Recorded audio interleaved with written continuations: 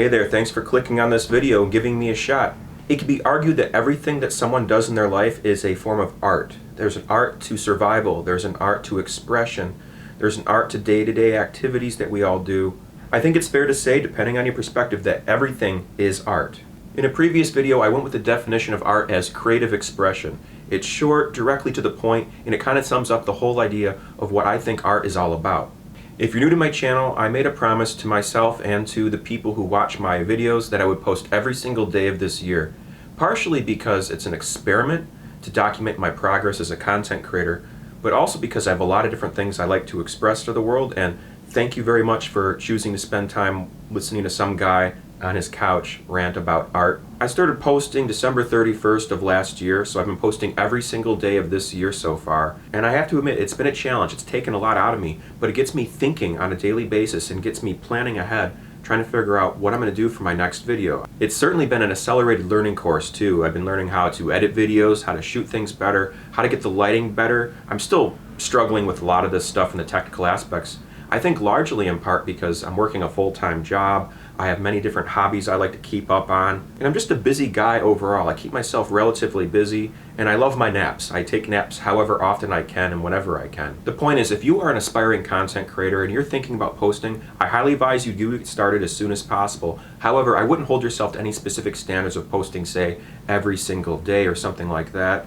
I mean, maybe you could. Everyone's different. If you have a lot of different things to say and you are really good at editing, you can belt them out really fast. That's one thing, but you have to make sure that your content's interesting enough for people to actually stick around and watch throughout the whole run. If you have a YouTube channel, there's a section called Analytics, so you can actually track to see how many likes your videos have, how many times people click on it, how many people actually watch it to a certain percentage through the video. You can see the dips where people dip off, and you can see where people jump ahead to see that part that's got the different change up in the video. It's real interesting because it gives you some insight as to what you can do to improve your content, where you lose your audience, and so on and so forth. One thing I have learned is that many people drop off immediately when it comes to my videos. I think it's because I'm dealing with one camera angle for the most part. I switch it up in a lot of my other videos, but people need more visual stimulus to keep their attention.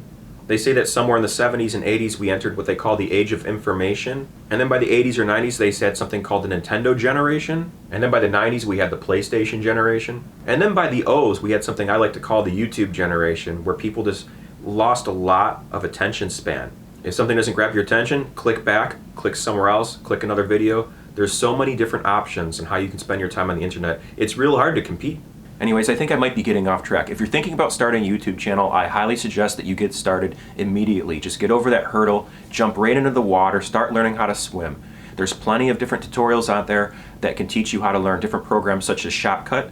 Shotcut is, for example, my favorite editing program to use. It's free open source software. It's also multi-platform, so you can use it for Apple products, you can use it for PC, you can use it for Linux. It's amazing, it's super easy to learn, very intuitive, and once you get used to the controls, it's very simple. Your best friends, if you use Shotcut, will be the space bar, the S button, and then all the different filters. And if all you have is a webcam built right into your PC monitor or on your laptop, you can use something called OBS, or Open Broadcast Software. It's a wonderful piece of software that will allow you to record multiple inputs, including your camera that's plugged into your USB, the onboard camera that's actually in your monitor, or your display. You can capture what's on your display, or even in specific windows. It's an absolutely wonderful piece of software that you can use. It's absolutely totally free, doesn't cost you anything, and there's plenty of very good tutorials out there that teach you how to use both of those programs. So between Shotcut and OBS, that's all you really need to get started when it comes to recording and editing your videos. Next, of course, the hardware, your cameras, your lighting,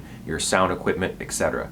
Now after you get all that stuff all set up, you have to wonder, what exactly am I going to post about? If you're thinking about posting, you probably already have an idea of what direction you want to go in, and many people, if you do some research, will advise that you specialize in some things, specialize in some thing that you can talk about on a regular basis that keeps your audience coming back for more information. Now I can see the wisdom in that, because if you specialize, you find a niche, then people will be able to find you a lot easier and correlate your brand, which I hate using that word when it comes to you being a human being. We're people, right? We're people who are trying to express ourselves creatively, and the word brand gets thrown around all over the place when it comes to the concept of marketing, which is another word I don't like. It kind of makes me want to throw open my mouth a little bit, to be honest with you, as an artist. But for better or for worse, these are two words that the world uses that we need to get better at if we are to create art that the world is to see. We have to learn how to market ourselves and how to brand ourselves in such a way that people out there can find us easier.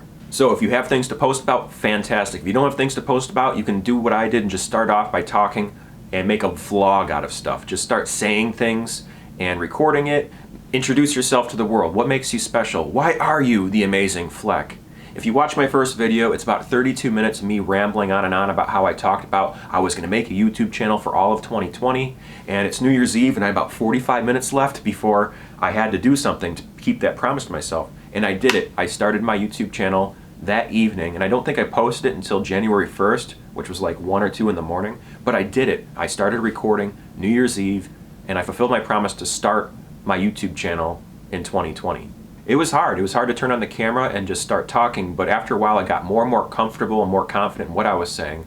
And I just thought that I would talk to the camera like I was talking to another person, explaining my history as an artist and what I'm all about and what led me to that point to start recording then and there. So starting with anything is better than starting with nothing at all, because if you start with nothing at all, you haven't started.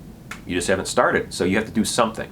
So I started, and I didn't really think that I was going to be posting every single day of the year. That was not the intention when I first started doing it, but I just was posting every single day for the first 3 or 4 days, and I thought I should just keep this going because I'm getting some sort of excitement out of this. It's giving me an outlet to express myself that I lost in all of 2020 when I lost 95% of my entertainment contracts. So if you're new to my channel, my name is TheAmazingFlec, and I am amazing because I told you so. Just kidding, but not really. I do a lot of different things. I'm a variety performance artist. I like comedy, I like juggling, I like slackline, I'm tightrope walking. I'm even learning tight wire and high wire eventually. Gonna do some high wire walking. Pretty excited about that. I'm a fire artist. I juggle and dance with fire. I can juggle clubs on fire. I can do devil sticks on fire. I roll flaming balls of fire on my bare arms. It's true. I haven't posted it yet on the YouTube channel because I'm apprehensive about posting myself doing a lot of fire antics, and also posting what I do live and in person because it kind of devalues what I do in person, if that makes any sense. I'm a character actor. I've been various different clown characters for different events. I've been a mime for a number of different events as well. I'm best known for the art of contact juggling, which is that thing that David Bowie did in the Labyrinth, or the fushigi craze that happened maybe like 10 years ago or so. I don't know, it's been a while since that's come out. Now, I might not be the best at any one thing that I do, but I enjoy doing what I do very much, and I think that shines through to my audience, and I think that's why I've been successful over the years as a small-time performance artist. A minor celebrity in the southeastern Michigan area, if you will. And that's been good enough for me for a long time, but 2020 changed all that. A lot of my contracts had to be put on hold because of the pandemic, and a lot of festivals had to be shut down. A lot of people didn't feel comfortable meeting in groups, and that's what I did. Was I was specialized in strolling immersive entertainment within crowds of people and entertaining smaller groups of people. I was great at weddings, going from table to table, entertaining different tables with a little 5-10 minute show. I was wonderful for walking around restaurants and doing shows up close at tables that made me feel welcome to come up. I didn't want to just intrude on someone trying to dine with their girlfriend or boyfriend or their family get together or whatever. But if people waved me over, I would go over and entertain them. Now, I don't just go to restaurants and do that, of course. The restaurant would hire me to come in and entertain their guests. Weddings, holidays, bar mitzvahs, birthdays, barbecues, festivals and events, house parties sometimes. I would even do some street performing in New Orleans or downtown Detroit or in Royal Oak or in Ann Arbor whenever I had the opportunity to do it and when it looked like it was a good chance for me to make a couple bucks. But as I said, when 2020 hit, all of that kind of went away for the meantime. A lot of those gigs are coming back now. I'm real excited about this year and feeling very optimistic. I'm fully vaxxed. More things are opening up. I'm going to get back into the swing of things, and I'm really looking forward to that. And I'm looking forward to documenting it and sharing it with anyone out there who's willing to watch and listen to what I have to say and what I have to share with the world. So if you made it this far in the video, thanks very much for watching this. Maybe consider subscribing to me so you can see how I improve throughout the rest of this year as a content creator and what else I can offer in terms of value for you, the viewer. I do plan on leveling up quite a bit, and I do plan on batching out videos to be released on a daily basis. So maybe one day I'll film a couple of videos in one go, and that will give me more opportunity to create higher quality videos. One of the advantages of posting every single day is that it is indeed an accelerated learning course for you to improve your skills very, very quickly and learn things very quickly. One of the huge downfalls is that you're forcing yourself to post sometimes out of obligation and without actually being adequately prepared to do so. You might have had a 16-hour shift that day, but you're still going to post something, and it might not be the best quality content, and it might not even offer the viewer any value whatsoever. It's just you cathartically talking into a camera. I mean, what's that going to do for anyone watching you? What kind of value does that offer the viewer? Not very much, arguably. Maybe sometimes it can be interesting for some folks, but chances are most of the world does not know who I am or cares about what I do.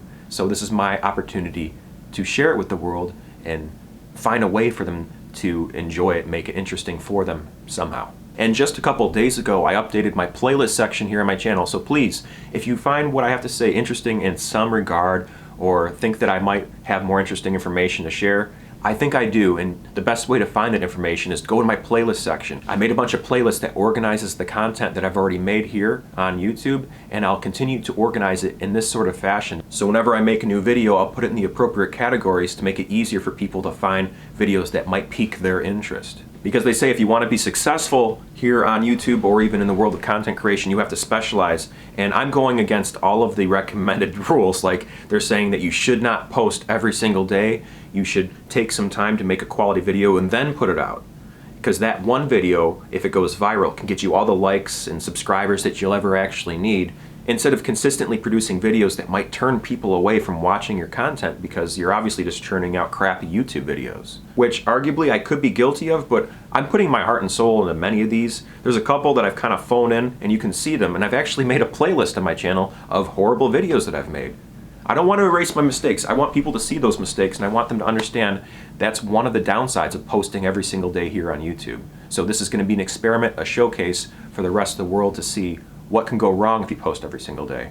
One person that I really admire a lot that's been posting since I think December of 2020 is this YouTube channel. I don't know what the fellow's name who produces it. He narrates over what's going on in the video, so he's one of those faceless YouTube producers. But I'm going to leave a link down below. It's called Great Art Explained. I just fell in love with this channel just a couple days ago. I've been watching a lot of different videos on it so far, and they're explaining artwork that has stood the test of time. It's an absolutely wonderful YouTube channel where it discusses classic pieces of artwork and even some more modern types of art too that have made a significant impact on the world of art and culture and society overall, and they explain why and for what end and for what purpose and what reasons this artwork has had such a significant impact, and also explain some very subtle nuances within the artwork too. The one that drew me in was a piece of artwork called The Garden of Earthly Delights by Hieronymus Bosch. I don't know if you've actually seen this piece of art before, but it's a very trippy piece of artwork. It's said that this piece of art has inspired the surrealist movement, like the works of Dali and so on. I'm not sure how credible that really is. I guess the best person to ask would be Salvador Dali himself. It seems like it has played a role in inspiring other people that maybe inspired Dali. I don't know, the point is that I saw this piece of artwork without knowing anything about it or its history, and I thought it was just an amazing piece of artwork and incredibly detailed and so curious with all these little figures, not knowing what all the subtle, nuanced symbolism meant within the painting. And then this channel comes out and lays everything out flat for you in 15 minutes, and there's a longer version that explains even more details that's over 50 minutes long. And one of the best parts about these videos is that they don't waste any time. He gets straight to the point with what he's trying to express, and he does it in a very articulate way that keeps you visually entertained as well, with a lot of different screenshots, slow panning, zoom-ins and zoom-outs, and it's just a well-produced channel overall. So if you like art and you want to know why the Mona Lisa is so important, or why the statue of David by Michelangelo is so impactful, or why Monet, Frida, Picasso, and a long list of other artists were so significant for their time, then you might want to check out this particular YouTube channel. I also find it very inspiring because there's some big videos that I've been wanting to produce for a while, and I got a lot of things to say about certain topics, but I've been intimidated about putting those videos out because I know that I have to make my daily post every day, and I don't just want to churn out some video on a big subject that I have a lot of respect for and a lot of things to say about and just churn it out in just one day. There's videos I'm working on right now that are in the works, and they need a lot more work done and a lot more content filmed for it and a lot more writing to be finished. And I don't just want to pump those out. I have to take my time to do them just right.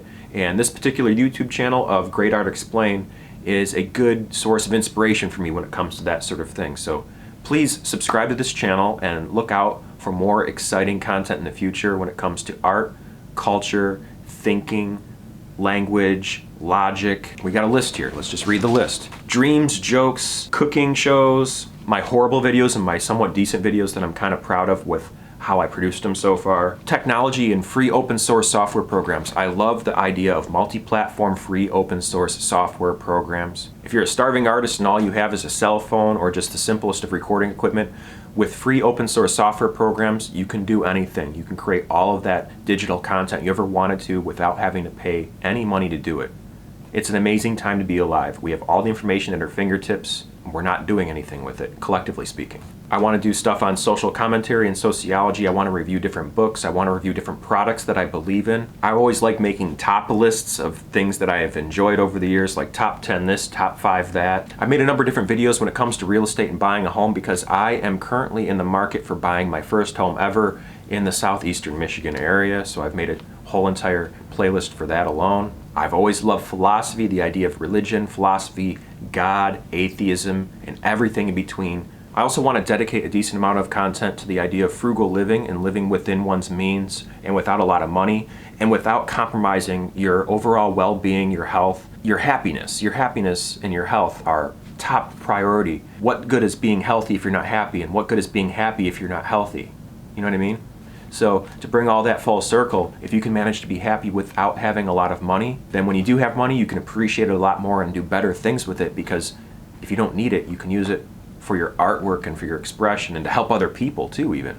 I want to dedicate a section on poems and poetry and various poems and poets that I've admired over the years. I'm also going to include various hip-hop artists in the poetry category because they are essentially poets that just speak to a beat and express themselves maybe a little bit differently than classic poetry per se, but it's still poetry nonetheless. Anyways, I've said more than enough for this particular video today. It's all over the place. I'm gonna have to make a lot of edits and cuts, but that's a big part of what making content here on YouTube is all about, is learning how to edit these things. So I'm gonna go ahead and do that and try to make it in a way that's palatable for the viewers back at home. Thanks for stopping by and watching this video. I appreciate it. One thing I do consistently here on my channel is I do a weekly circus and flow arts tutorial video on something to do with the circus and flow arts. So if you want to learn how to juggle balls, or juggle clubs, or contact juggle, that thing I'm best known for, that David Bowie did in the Labyrinth, it's a lot of fun. You can do it too if you put the time and energy into learning. Or if you want to learn how to spin things on your finger, we call this pediddling. You can do it with flat things like books, like plates, ring binders, or even pillows, flat pillows on your couch. A lot of fun. Or you can learn how to do the devil sticks. The devil sticks is the circus and flow arts prop I have been doing for the longest period of time, and it looks something like that. There's plenty of different techniques you can do, and you can learn here in my playlist section. Go to my playlist section, click on circus and flow arts tutorials, or even my contact juggling tutorial video, and you can learn how to do these weird circus shenanigans too. Now, I'm not the best at all these different circus and flow arts shenanigans, but I am perfectly well qualified to teach you the very basics. So these videos are designed for the beginner level, people who are just starting into circus and flow arts and then want to learn the basics, the fundamentals to get started. Please check out my playlist section and look at the other tabs too. You might find something else in there that's enjoyable also. Thank you again for watching, and thank you a billion times. I'll never stop thanking my audience for actually watching what I have to say. From The Amazing Flec and my faithful manager right here, Lucy the cat, we'd like to remind you all to never give up. Do your best. Stay true to who you are, and be amazing. If you do all those things and just be yourself, you can be amazing too.